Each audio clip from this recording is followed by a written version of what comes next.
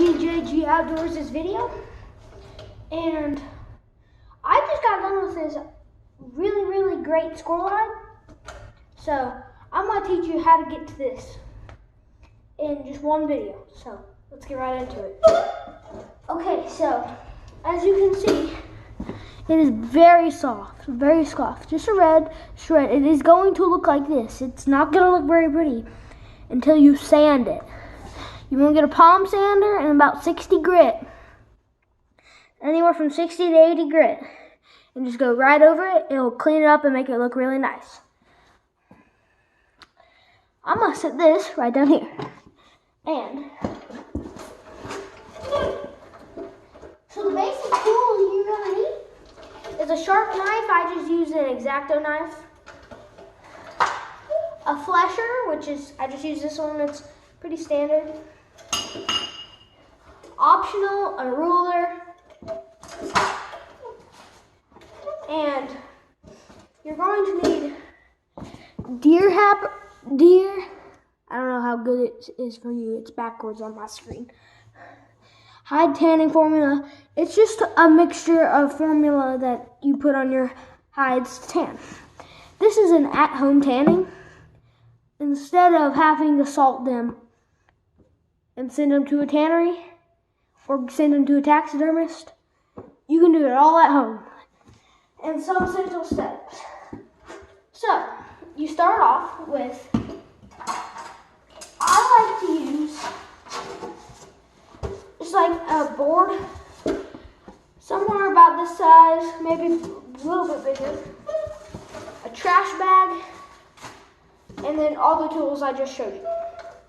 So you want to sit your board out somewhere steady, which your knees are not steady, but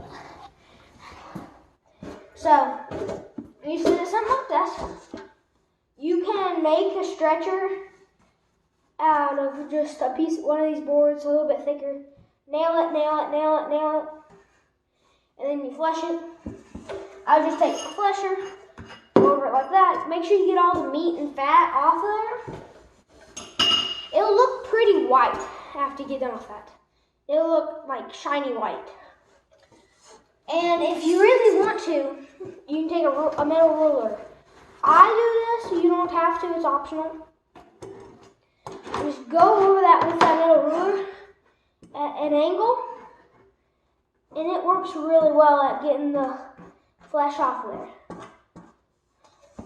That works. For the big chunks of meat, after you get done skinning it, just grab a sharp knife. I use an X-Acto knife, like I said. Pull up the meat like that and just cut it. It's pretty easy, pretty simple. Like I said, this hide is already basically done. Besides the sanding and the stretching part. Well, the sanding part. And as you can see, it's a really beautiful hide. It's all nice and tanned out. I did this all right here in the garage. It's perfect. The tail's all nice and fluffed out. It's bendy. That's definitely a plus. Okay. After you get it all flesh, you're going to want to take some salt. At feed stores, they'll sell them in like bulk bags of salt, kind of like buying a bulk bag of dog food, except for it's salt. You want to make sure there is no iodine in that salt. And you just spread it across there. A nice thin layer is all you need. You just spread it across there. And make sure your hide isn't flipped over like that. You want to make sure you get it all in there and rub it all in. And you want to do that all the way down the tail too. On how to do it, I would recommend going to some other channels on YouTube. There's some good demonstrations. That's how I learned how to do it personally, is I just went on YouTube, looked it up, and I watched a few of their videos.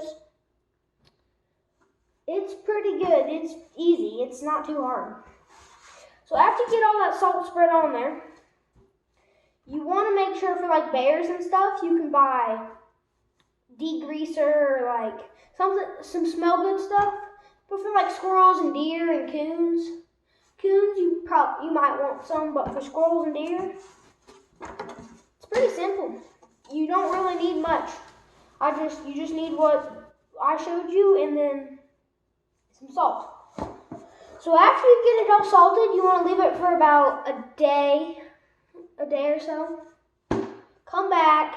If there is still red salt and the salt still has moisture in it, scrape off that salt, do another salt. If it still has moisture in it, do another salt.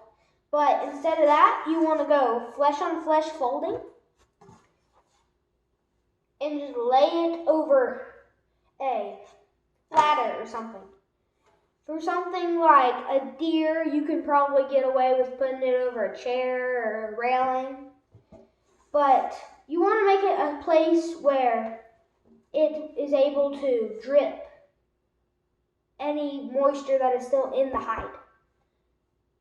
So once you get all the moisture out, which would be salting it, you just want to, next step would be, if you really wanted to do it the more complicated way, but the more guaranteed fitness thing, like guaranteed you'll have a perfect hide, you'll go watch some other videos on how to do the pickle. I don't personally do pickle. You don't necessarily have to do pickle. But I just go, after you get done with the salting process, scrape off all the salt, make sure there is no salt. Take it, put it in like a little wash tub, just wash it off, make sure there's no salt left on it. You take your tanning solution, you can get this off of Amazon, F&T. That's my go-to source is F&T. You'll get some nice, that's a Trapping store, and if you didn't know, there's a lot of good stuff on there. You just have to know what to buy. And that's what I'm telling you in this video. So just it's called Deer Hunters and Trappers Hide Tanning Formula. Get it, you don't need much. You do not need much. Just pretty much spread it down the whole body of the animal and make sure you really work it into the hide. Just take one of your fingers and just make sure you get it all the way down the tail. Don't worry about getting it on the actual fur, because once you get it on the fur, it doesn't really matter. It doesn't do anything to the fur, is what I'm trying to say. So after you do this, I like to take a trash bag or something. This squirrel is perfect for it. After you get it all laid out, make sure you got it stretched nice. Just set a trash bag over it like this. Make sure your trash bag is all nice and flat. And every 12 to 24 hours, you want to remove the trash bag. Come over here and just stretch it until there's white, until you can see white. Just stretch it every 12 to 24 hours. So you just, every way possible, stretch it. Make sure all that is worked in there. Go throughout the tail, just stretch it, stretch it, stretch it. Now do not pull too hard on the tail while the formula is still in it. Because that means it's not dried all the way, so you may lose some hair on your tail. This one was done perfect. All that is a few little holes. That's not a big deal. If you nick it, that's fine. Completely fine. After you do that, for your 12 to 24 hours, I do it about every 18 hours or so. You put the trash bag on.